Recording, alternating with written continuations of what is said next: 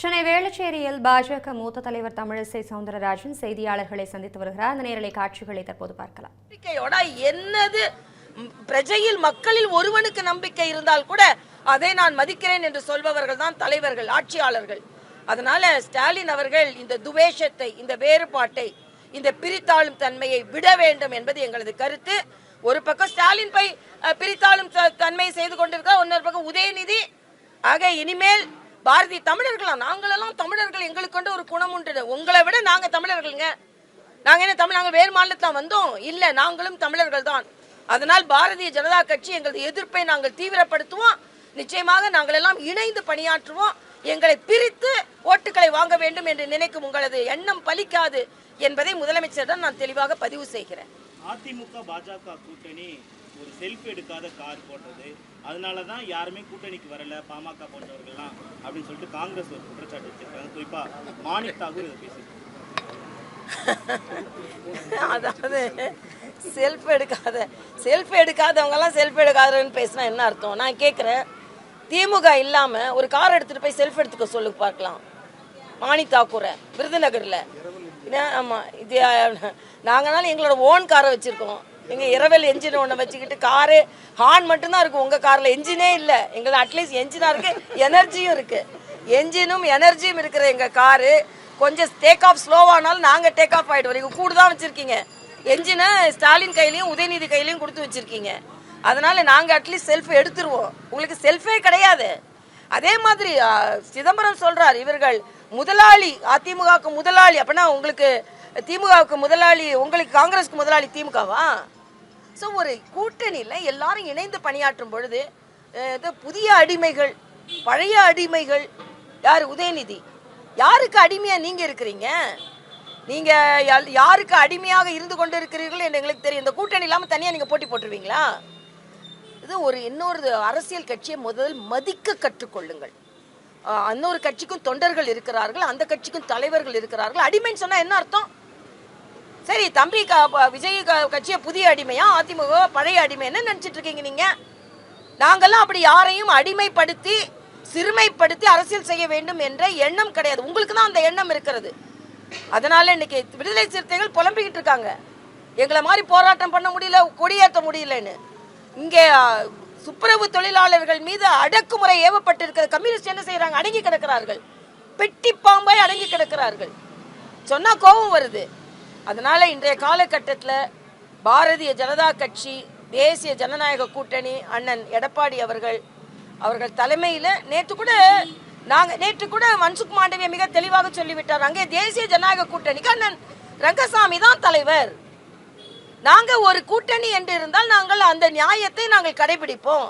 அப்படின்னா ஒண்ணு அங்க பாரதிய ஜனதா கட்சி பலமீனமா இருக்குன்னு அர்த்தமா? இல்ல. அதே மாதிரி தேசிய ஜனநாயக கூட்டணிக்கு இங்க அண்ணன் எடப்பாடியார் தலைவர் அப்படின்னா நாங்க உடனே, நான் கேட்கிறேன், எங்களை பத்தி பேசுறீங்களா? நீங்க கூட்டணி ஆட்சியை கொடுத்துருவீங்களா? நான் கேட்கிறேன் ஸ்டாலின்ட்ட, கூட்டணி ஆட்சிக்கு நீங்க தயாரா?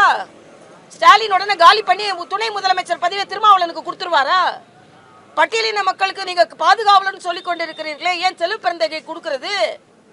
நீங்க தான் கேட்கல, நாங்க கேட்கறோங்க. உங்களுக்கு அந்த தைரியமும் கிடையாது. கூட்டணி ஆட்சி நீங்க வரப்போறது இல்லை, அது வேற விஷயம். மற்றவங்களை குத்திக்கிட்டே இருக்கீங்களே தவிர அடிமை கிடிமைன்னு மற்ற உங்க கூட்டணி கட்சிகள் அடிமையா தானே இருக்காங்க. பேசக்கூட பயப்படுறாங்க, போஸ்டர் ஓட்ட பயப்படுறாங்க. அண்ணன் செல்வ பெருந்தகை துணை முதலமைச்சர் ஒரு போஸ்டர் ஓட்டிட்டாங்க, அறிவாலயம் போறதுக்குள்ள அதை கிழிச்சிட்டு தான் அறிவாலயம் போவேன் அப்படின்னு போனார் அவரு. ஆக அடிமை கூட்டத்தை நீங்கள் வைத்துக்கொண்டு எங்களை அடிமைன்னு ஒரு துப்புரவு தொழிலாளர்களுக்கு ஆதரவா பேச முடியல இந்த காங்கிரஸ் கம்யூனிஸ்ட் அடிமைகளால். ஆக அவங்களை நீங்க நாம அதே மாதிரி தன் தொண்டர்களை உதாசீனப்படுத்துறவர்கள் கொடியேற்ற விட மாட்டேன்றாங்கன்னு சொல்றாங்க. அப்ப விசிக அவங்களுக்கு அடிமையா உட்கார்ந்து இருக்குது. காங்கிரஸ் எத்தனை சீட்டு கொடுத்தாலும் நாங்க வாங்குவோம்னு அடிமையா உட்கார்ந்து கிடக்குறீங்க. ஆக யாரு அடிமைன்னு நான் கேட்கிறேன். அதனால இன்னைக்கு நாங்க சொல்றோம், தமிழர்கள்னா நாங்க தான், இந்த ஆள போகிறவர்கள் நாங்க தான். அதனால சும்மா பிரித்து இவங்க சிறுபான்மை மக்களுக்கு எதிரானவர்கள் சொன்னார். பெரும்பான்மை மக்களுக்கு இந்த அரசு எதிரானவர்களாக இருக்கிறது. அது திருப்பரங்குன்றத்தில் நிரூபிக்கப்பட்டிருக்கிறது. இந்த விஷ விதையை ஸ்டாலின் அவர்கள் விதைத்துக் கொண்டே இருக்க முடியாது என்பது எனது கருத்து.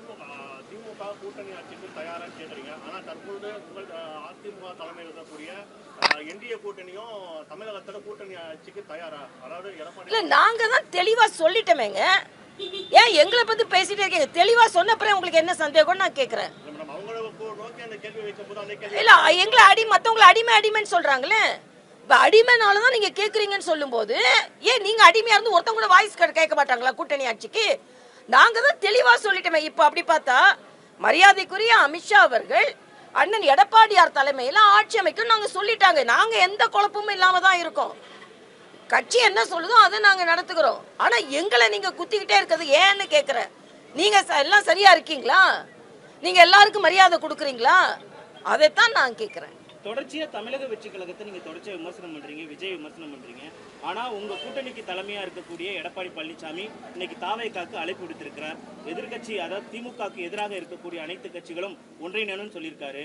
இது எப்படி சாத்தியமா? இல்ல நாங்க விமர்சனம் செய்யறதுக்கு முன்னால நாங்க அவர் சொன்னதுக்கு தான் விமர்சனம் செய்யறோமே தவிர நாங்களே சொல்லிட்டேன். நானே ஒரு பேட்டியில சொல்லியிருக்கேன், தம்பி விஜய் அவர்கள் நீங்கள் தேசிய ஜனநாயக கூட்டணியில சேர்ந்தீங்கன்னா ஒரு நல்லது நடக்கும். தனியா நின்று நீங்க பிரயோஜனம் இல்லை, இல்லைன்னா நீங்க சினிமாக்கு தான் போகணும். அதனால நீங்க ஒரு அரசியலுக்கு வந்தோம்னா நாம எதை சாதிக்க நினைக்கிறோம் அதை சாதிக்கணும்ல. அதுல என்னன்னா இன்னைக்கு நிர்மல்குமார் போன்றவர்கள்லாம் நாங்க தனிப்பெருமாற்றம் 35%, 45%, சும்மா பர்சன்டேஜை கூட்டிகிட்டே போகலாம். பெர்சன்டேஜ் மட்டும் வாக்கு இல்லை, ஒரு தார்மீக கடமை. தமிழகத்துல திமுகவை எதிர்க்க வேண்டியது ஒரு தார்மீக கடமை. தமிழகத்துல திமுக வீட்டிற்கு அனுப்ப வேண்டும் என்பது ஒரு தார்மீக கடமை. அதைத்தான் விஜய் சொல்லுகிறார். அதில் எனக்கு மகிழ்ச்சி. விஜய் தொடர்ந்து திராவிட முன்னேற்ற கழகத்தை தீய சக்தி என்று சொல்வதை நாங்கள் வரவேற்கிறோம். உண்மையிலேயே தீய சக்தி தான், வீட்டிற்கு அனுப்பப்பட வேண்டிய தீய சக்தி. ஆனா அந்த தீய சக்தியை வீட்டுக்கு அனுப்ப வேண்டிய சக்தி நமக்கு மட்டும் இருக்குதா? அந்த சக்தி உடையவர்கள் என்டிஏவோட நம்ம சேரணுமா அப்படின்னு நம்ம சிந்திக்கணும்ன்றதான் எனது கருத்தும் கூட. கூட்டணிக்கு வரமாட்டேன்னு அவங்க கட்சியில இருந்து மறுப்பு தெரிவித்த நிலையிலையும் தொடர்ச்சியாக பாஜகவிலிருந்து அவர் அழைப்பு வந்துகிட்டே இருக்கு. இல்ல இது அழைப்புன்னு இல்ல நான் மறுபடியும் சொல்றேன் இது அழைப்பு இல்ல. அவர் இல்லாம நாங்க ஜெயிப்போம். அவருக்குள்ள கடமையை நான் சொல்றேன். அவரு என்ன நிலைக்கு வந்தாரோ நாங்க ஜெயிச்சிருவோம். நான் மறுபடியும் சொல்றேன், விஜய் வந்துதான் தேசிய ஜனநாயக கூட்டணி வெற்றி பெற வேண்டும் என்று இல்லை. தேசிய ஜனநாயக கூட்டணி எங்களுக்கும் பலம் இருக்கிறது, திமுக பலவீனமாக இருக்கிறது, நாங்கள் வெற்றி பெறுவோம். நான் விஜய்க்கு அட்வைஸ் சொல்றேன், என்னன்னா நீங்க ஒரு கட்சி ஆரம்பிச்சிருக்கீங்க, என்ன நோக்கத்துல வந்திருக்கீங்க? திமுகவை தோக்கடிக்க நோக்கம் வந்திருக்கீங்க. உங்க நோக்கம் நிறைவேற வேண்டும் என்றால், நீங்கள் பலம் பெற வேண்டும் என்றால் இன்னொரு பலத்தோடு நீங்க சேரணுமே தவிர, அதனால்தான் நான் ஒரு பேட்டியில தெளிவா சொல்லியிருந்தேன், தம்பி விஜய் எங்க கூட சேர்ந்தா நல்லது, இல்லைன்னா நீங்க தனியா சாதிக்க முடியாது என்பதை அவருக்கு நான் எச்சரிக்கிறேன். ஏன்னா அவர் என்ன நோக்கத்திற்கு வந்தாரோ இல்லையா, அதனால நான் அவருக்கு சொன்னா உடனே ஏதோ நாங்க அவர் இருக்கிறதுனாலதான் நாங்க ஜெயிப்போம் நாங்க அழைக்கிறோம் என்று எடுத்துக்கொள்ள கூடாது. விஜய் அவர்கள் அரசியலில் நீங்கள் பிழைக்க வேண்டும் என்றால் உழைக்கும் எங்களோடு நீங்கள் இருக்க வேண்டும், இல்லைன்னா நீங்க தனியா நின்னா காணாம போயிடக்கூடாதுன்னு ஒரு அட்வைஸ் பண்றேன். அவ்வளவுதான். பலத்தோடு சேர வேண்டும், நீங்கள் பலவீனமாகி விடாதீர்கள் என்று. ஆனா விஜய் இல்லனா கூட நாங்க ஜெயிப்போம், விஜய் இருந்தால் இன்னும் அதிக வாக்குகளை வாங்குவோம் என்பதை நான் சொல்றேன். வேளச்சேரியில தாமரை மலரும்னு சொன்னீங்க. அப்ப பாஜக தொகுதி முடிவு செய்து விட்டதா? இன்னும் எந்தெந்த தொகுதியெல்லாம் முடிவு செஞ்சிருக்கீங்க? இல்ல தொகுதியெல்லாம் முடிவு செய்யல. நான் தான் சொன்னேன், தாமரை மலரும்னா சில தொகுதிகளில் வட்ட இலையோடு தாமரை மலரும், சில இடத்துல தாமரை மட்டும் மலரும், சில இடத்துல இரட்டை இலை மலரும். நாங்க சேர்ந்துதான் வரும். இலை இல்லாமல் தாமரை இல்லை, தாமரை இல்லாமல் இலை இல்லை. அதைத்தான் சொன்னமே தவிர உடனே தொகுதி பங்கீடு இல்லாம வேளச்சேரி இவங்க லிஸ்ட்ல பண்ணிட்டாங்க அப்படின்னு சொல்லி ஒரு குழப்பத்தை ஏற்படுத்தாதீர்கள் என்ன எனக்கு கேட்டுக்கொள்கிறேன். மரியாதைக்குரிய பியூஷ் கோயல் அவர்கள் வருகிறார்கள். நாளைய தினம் எங்க கூட சேர்ந்து ஆலோசனை நடத்துவதற்கு இது முதல் படி. அவர் வந்த பிறகுதான் அவர் என்ன அஜெண்டா என்ன பேச போறாருன்னு எங்களுக்கு தெரியும். திமுகவின் தேர்தல் அறிக்கை தமிழக நலனை கருத்தில் கொண்டுதான் உருவாக்கப்படும். மாநில உரிமைகளுக்கு தேர்தல் அறிக்கையில் முன்னுரிமை கொடுக்கப்படும். தேர்தல் குழுவின் தலைவர் கனிமொழிட்ட ஒரு கேள்வி கேட்கிறேன். இதுக்கு முன்னால நீங்க கொடுத்த தேர்தல் அறிக்கையில நிறைவேற்றப்படாத தேர்தல் தீர்மானங்களை என்ன செய்ய போறீங்க? மாநில உரிமைன்னு மாநில உரிமையை விட்டு கொடுத்து கொண்டிருக்கிறது திமுக. நான் சொல்வேன், இன்னைக்கு ஆந்திரா போன்றவர்கள், பீகார் போன்றவர்கள் மத்திய அரசோடு ஒரு இணக்கமான சூழ்நிலை ஏற்படுத்தி தமிழக அந்தந்த மாநிலத்திற்கு வேண்டியதை வாங்கி கொண்டிருக்கிறார்கள். ஆனால் திமுக விஸ்வகர்மா திட்டம்னு 8 லட்சம் பேர் இதற்கு அந்த உதவி கேட்டாங்க, அது வேண்டான்னு சொல்லியாச்சு. புதிய கல்விக் கொள்கையில உதவி வருது 2000 கோடி, அது வேண்டான்னு சொல்லியாச்சு. வேண்டாம் வேண்டாம் நீங்க சொல்லிக் கொண்டிருக்கிறீர்கள், மற்றவர்கள் வேண்டும் வேண்டும் என்று சொல்லிக் கொண்டிருக்கிறார்கள். மாநில உரிமையை தான் நாங்களும் பாதுகாக்கிறோம். எந்த மாநில உரிமையும் பறித்து விட்டு தேசிய கட்சி இல்ல. சும்மா இதே கதையை திருப்பி திருப்பி சொல்ல வேண்டாம். நான் கேட்கிறேன், இன்னைக்கு ஜாக்டோ ஜியோ உரிமையை பறிச்சிருக்கீங்களா இல்லையா? அவங்க இன்னைக்கு பேச்சுவார்த்தை நடத்தி கூட்டணி பேச்சுவார்த்தை நடத்த வேண்டிய இடத்துல ஜாக்டோ ஜியோ கூட பேச்சுவார்த்தை நடத்த வேண்டியிருக்குது. இன்னைக்கு செவிலியர்களை நீங்க பெர்மனன்ட் பண்ணுவேன்னு சொன்னீங்க. 8000 செவிலியர்கள் நடு ரோட்ல போராடி கொண்டு இருக்கிறார்கள். இன்னைக்கு 125 நாள் வேலை வாய்ப்பை சொல்றீங்க, 150 நாள் வேலை வாய்ப்பு கொடுப்பேன்னு சொன்னீங்க. பெட்ரோலுக்கு விலையை குறைப்பேன்னு சொன்னீங்க, கேஸுக்கு 100 ரூபா கொடுப்பேன்னு சொன்னீங்க. கனிமொழி முதலில் பழைய திட்டத்தில் உள்ளதெல்லாம் செஞ்சு முடிச்சாங்களான்னு பேசிட்டு புதிய தீர்மானத்தை போடட்டும் என்பது எனது கருத்து.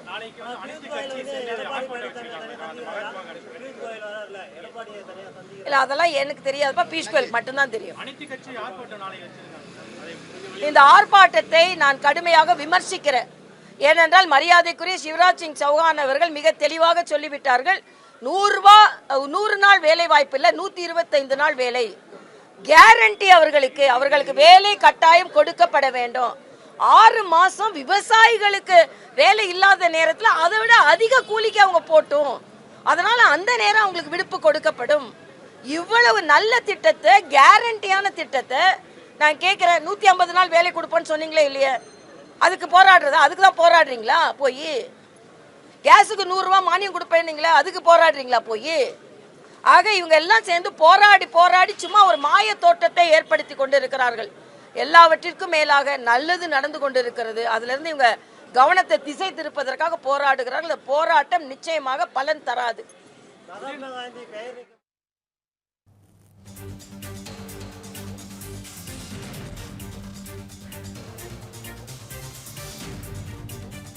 சென்னை வேளச்சேரியில் பாஜக மூத்த தலைவர் தமிழிசை சவுந்தரராஜன் செய்தியாளர்களை சந்தித்து பேசினார். அந்த நேரலை காட்சிகளை தற்போது நாம் பார்த்தோம்.